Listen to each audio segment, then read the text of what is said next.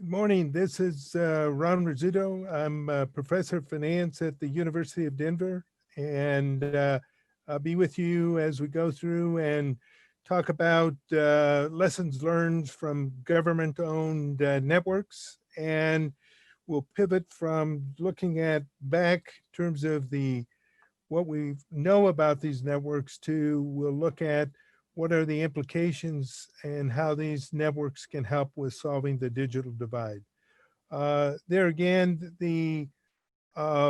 with this, I have studied government-owned networks for over 20 years. It's been a research focus since 1997. I have written a couple of books about this area. I have done over 75 evaluations of GONES, and again, that's a complete financial analysis from beginning to whatever the end date was that I was working with. In addition to that, I've looked at a lot of feasibility analysis, 20 for sure, of proposed government-owned networks and provided analysis critique. I've worked with a couple of municipalities that were exiting the business. And then most recently, I completed a study in May where together with the Taxpayers Protection Association or Taxpayers Protection Alliance, I did an evaluation or put together the data on the performance of 30 different government-owned networks throughout the United States. And there again, it was the numbers from 2009 to 2018. Unlike the other studies, these were focused on the operating performance, in particular penetration rates, as opposed to financial analysis. And I'll talk a little bit more how that fits in with some of the things that we're talking about today. In here, if you look back and you look at this history of mine in terms of what I've learned from looking at government-owned networks, again, this first slide really talks about kind of the financial performance. And I think one of the things your top bullet point hits is most of these GONES are not sustainable. You know, some of the work that I've looked at is a big number of systems, 50 systems, and about 70 of them were not sustainable. And sustainability is that they don't generate enough revenue to pay their expenses. Those expenses are operating expenses, debt service expenses, as well as capital reinvestment ones. And so if they're not sustainable, then what they normally do is they borrow from sister utilities. And again, that's fine in the early days, but if it persists, then obviously you have a non-sustainable situation. Eventually, if it's government-owned networks, one of four things happen. If they're not sustainable, then they're sold. In our sample of 30 government-owned networks, 5 were sold during this time period. If they're not sold, they continue to borrow from sister utilities, and there again, if that's good or that's okay in the short run, but if it turns into the long term, then you run into a situation where you need to do something. Sometimes that you'll have is the sister utility will cancel the debt. So in Tennessee, Morristown, Tennessee, Pulaski, Tennessee, they accumulated a lot of debt that the electric utility got to a point where the government-owned network was not going to be able to pay for it. So they essentially canceled the debt. They transferred assets from the GONE to the electric utility and eliminated all the debt. There again, that's another thing, but there again, that's a disguised long-term subsidy. And then some government-owned networks actually do what they project to do, and that is they generate sustainable cash flow. Two very good examples of that are Cedar Falls, Iowa, and Chattanooga, Tennessee. These are sustainable entities. They've been around a long time, and they've been generating positive cash flow and paying their bills for several years. A more recent one in this respect is Longmont. Next slide. They've been around, since around 2013, but in 2019 they achieved economic sustainability. So they're paying all their bills and generating a little cash flow, and that's a good sign that they're on their way.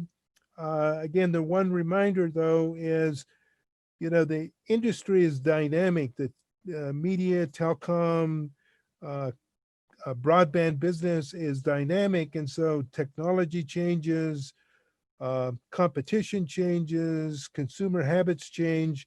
So just being sustainable is an every year challenge. You can't just sort of get there and say, okay, we're done.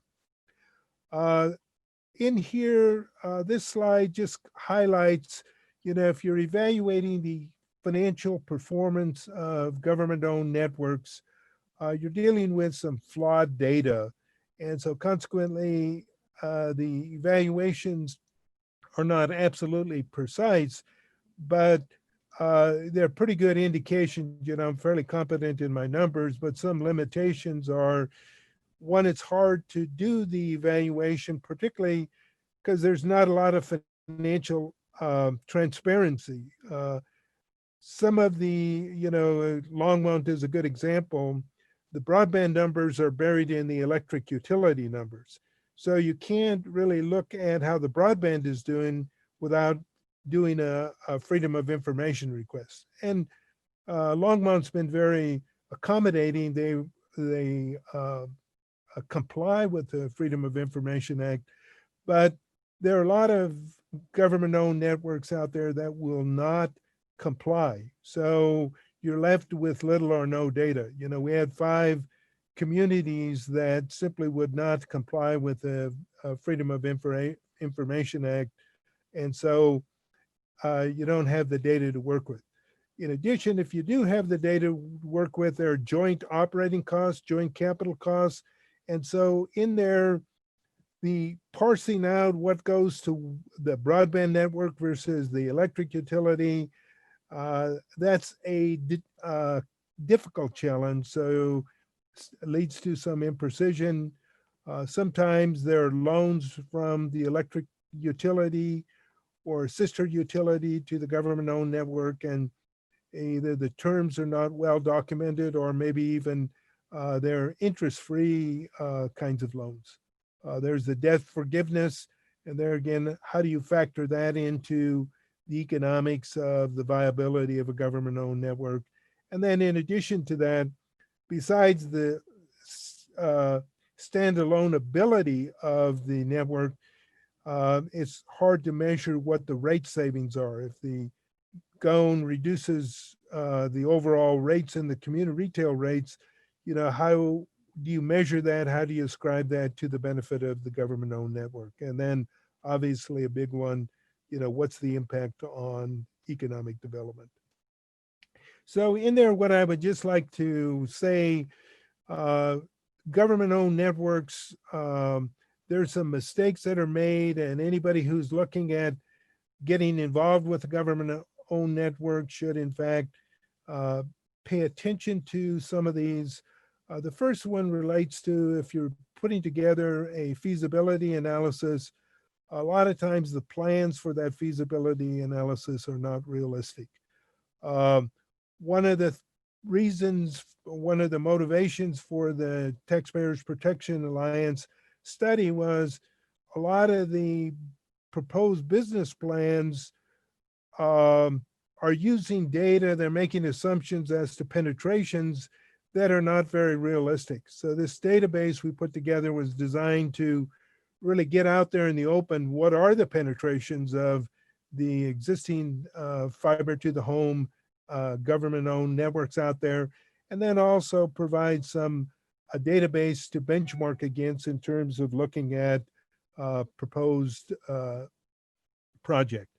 There again, a lot of municipal leaders, they'll focus on operating performance and forget about cash flow.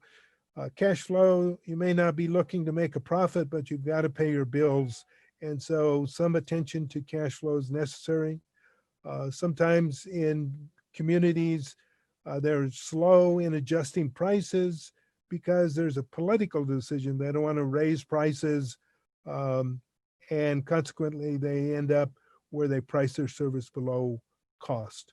Uh, the loans from one utility to the other, they're fine in the short run, but if you continue to do that, all that does is postpone the reckoning. Either if you are not cash flowing, then either you need to change the business model or look to sell the operation. So that's again another mistake, and consequently, municipality may wait too long.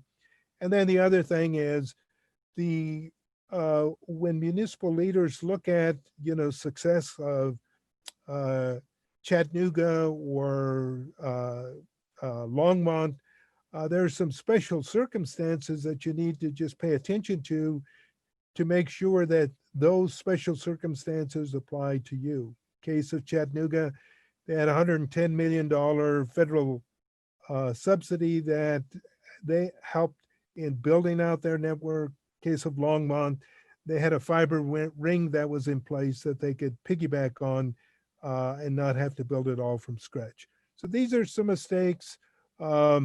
Obviously, if you make some mistakes with the government-owned network, it creates some problems for the municipality.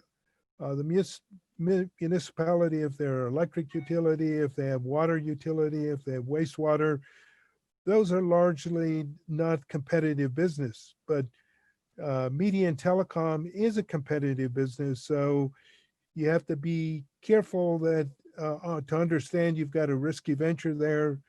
Another important thing for municipalities to think about is that if you're going to borrow money in the bond market, you're invariably going to have to pledge the cash flow of your existing utilities to support the debt. The revenue bonds out there are not going to allow you to create a broadband network and it only be guaranteed by the cash flow from that network. In Longmont, the cash flows from the electric utility are pledged along with the broadband revenues. Uh, Other important thing is once is not done, there's ongoing investment. It's a capital intense business. You have ongoing investments, technology changes. So you need to pay attention to putting in the plan money for ongoing capital expense once you build the network. And then the other thing is it's a dynamic business. Everything changes. So consequently, you're never fully sustainable. Things change and you have to reestablish sustainability in these changed circumstances. So in here, I'd like to pivot and begin to focus our attention on what are the implications of GOANs, or how can GOANs help solve the digital divide problem? The digital divide problem, if you look at it, it's a problem where we have insufficient infrastructure, and in there we have insufficient infrastructure and lack of connectivity because it's not economic for the private company or even the government-owned network to build in those sparsely areas. If you're not going to get a return, it's not going to get built, and you're not attacking that problem of the digital divide. Another one is at the consumer level, you have limited financial resources. There's limited or inadequate digital literacy. There's inadequate computer equipment in the household. So the problem is multifaceted, when it comes to this issue of the digital divide. A couple of observations specifically with government-owned networks. Notice government-owned networks will frequently avoid building in the low-dense areas, and that's a good business decision. You can't build out the low-density areas because the GOAN has to generate sufficient revenues to pay their bills. So there's going to be certain areas that are not going to receive service. Likewise, this retail rates, you may have customers who can't afford to pay anything. And so consequently, you need to uh, address that problem if you're going to deal with the digital divide problem. And so in there, what I'd just like to observe that from an economic standpoint, um, we're dealing with what's called an externality problem in economics. And essentially, the private investors or the business-oriented government-owned networks uh, can't afford to build the infrastructure because it's not economic. And but at the same time, the community would like as much wiring as possible. We would like to have everybody connected. So the benefits to the community are much greater than what can be captured by the government-owned network by itself or the private network. So there's going to be an underinvestment in broadband just because of this externality problem. And so because of that, this argues for a situation where we need to underwrite the costs of building networks, particularly in the areas where we have a digital divide problem, as well as support the customer in terms of helping finance as well as gain the literacy that they need. So what I'd like to end on is that the government-owned networks, just by the very fact they build out network, are helping with this problem or solve the digital divide problem. But because you have a lot of this externality issues, you really need a public-private partnerships and industry collaborations in order to solve the problem. And so with that, that's the end of my presentation. We're going to have a short interview with Rick Cimerman from the Internet and Television Association. He'll talk about some of the things that are being done in this area. So thank you, and we look forward to talking to you with Rick's interview. Thank you. I want to welcome our guest speaker today. This is Rick Cimerman. Rick is the Vice President of External and State Affairs for the Internet and Television Association. Rick, we appreciate you taking the time to share your thoughts a little bit with us. Sure. Thanks, Ron. Really appreciate the opportunity to be here and to speak to the audience for Mountain Connect. And in here, as you know, the topic is really, we want to talk about the digital divide and maybe provide some perspective of what are the root causes behind the digital divide. Well, there's sort of, two aspects to the digital divide. There are those that don't have access at all because services are not available. And there are those to whom broadband is available but choose not to subscribe. So we have sort of the access issue and the adoption issue. The access issue, the problem really is that there are areas that are difficult and uneconomic for the private sector to serve. There are longstanding programs such as universal service to help change the economics of deploying in those areas. But the root cause of that problem really is there's not an economic return for a private provider in certain places. And so, necessary government action to change that requires changing the economics in some way. With respect to adoption, that's a more difficult problem in the sense that it is multifaceted. So there's been a lot of survey research and other research that says that there are a number of factors that lead people not to adopt. One of them, which I'm sure will be shocking to everyone in the audience, is that some people have no interest. And even in the context of the pandemic, that has shown, how essential broadband is for working and schooling and health and everything else, some people just have no interest. There are longstanding digital literacy issues. There are issues surrounding lack of equipment or devices with which to connect. And then, of course, there are cost issues with respect to broadband, particularly for those that are low income. So a whole host of issues, and that's why programs to address adoption really have to take a holistic approach at trying to resolve and address some of those issues. And in a way, the adoption issue is actually larger in the sense of the number of people impacted, those to whom service is available, but that have chosen not to subscribe. And can you talk a little bit about what sort of initiatives are underway in terms of public-private partnerships and industry collaboration?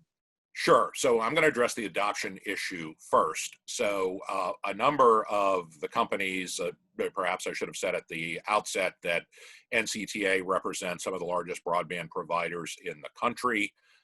In particular, I think our 5 largest members: Comcast, Charter Spectrum, Cox Communications, Mediacom, and Midco, and some smaller providers as well.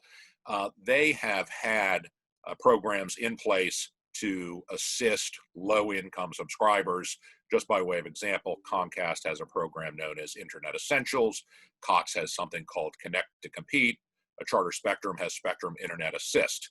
And that is always, in its original incarnation, was meant to address families with school-aged children that were low income based on certain qualification factors. What is new in the last 6 months, actually the last couple of months, is a new nationwide partnership with Education Superhighway. That is a nonprofit that was founded in 2012 to get schools connected.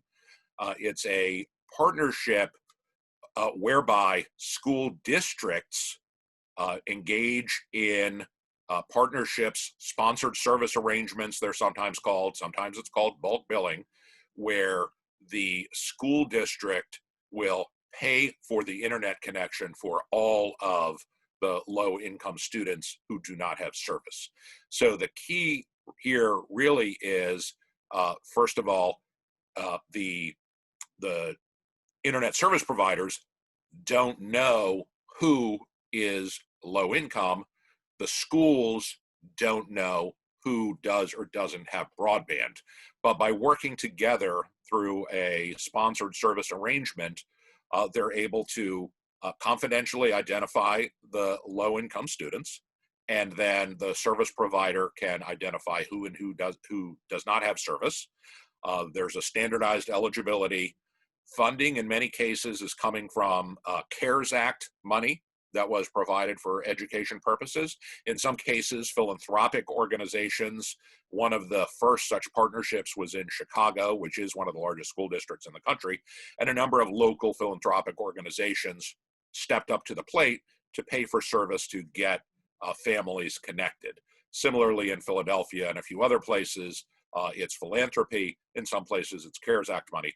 But at its core, the idea is, rather than trying to identify individual families who may not have service and need service, the school district is in a bulk way identifying whole sets of people that need service. So folks can find out more if they go to digitalbridgek12.org.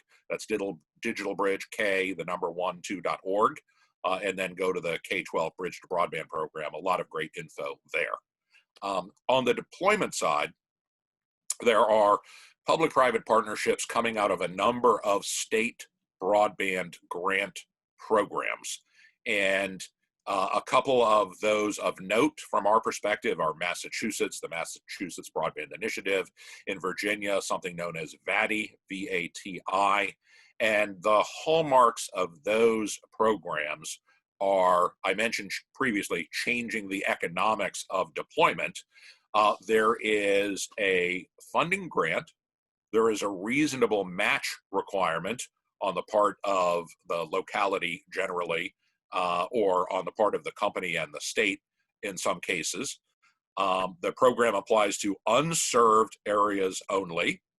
There's no ownership restrictions, no open access mandate, no specific technology mandate, reasonable construction timetable, that sort of thing. And so a number of our companies have engaged in these programs to edge out their network, to serve territories that may be adjacent to their existing footprint. And, sometimes it's small pockets, 100 homes, 200 homes, but those infill areas are those without access today. And these partnership programs have been very successful in helping fill that gap. So there are a handful of other states that are doing the same. But, again, among the key factors is that it's unserved areas only. And the reason I stress that, I just want to give one example that recently occurred in the Upper Plains. I don't want to be specific about the state, but at the last minute in their grant program, a change was made to raise the speed requirement. And what then happened was that all of those folks that already had broadband by the FCC definition of 25 down and 3 up, all the money went to provide higher speeds to them, and no money, zero money, went to those that didn't have 25/3 at all. So if the point of the program was to get new people online, the program failed.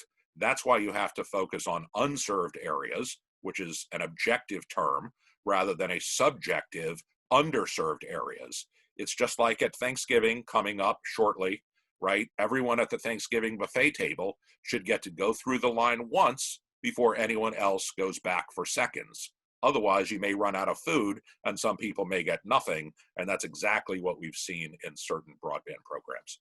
All right.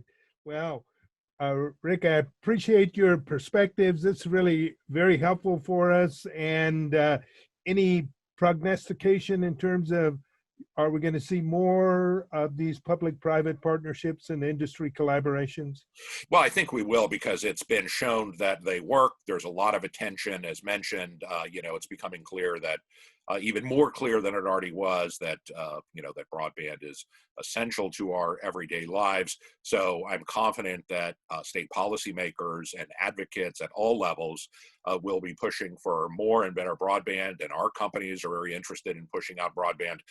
For the companies that I represent, 80% of their footprint across the country already has gigabit networks available, 1 gig downstream networks available.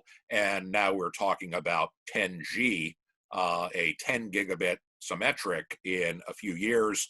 There are some test beds underway in Ames, Iowa with Mediacom, and Comcast in Modesto, California. I would commend everyone to go to the NCTA website, ncta.com, to learn more about what our companies are doing, both with COVID response, also with 10G, and with the gigabit networks that we have already deployed. But to your bottom line question, Ron, yes, I'm very confident that there will continue to be public-private partnerships, and we look forward to working with policymakers and advocates at all levels of government and society. Well, Rick, thank you very much for your time and your insight, and you have a good day. Appreciate it. You as well. Really a pleasure, Ron. Thank you so much.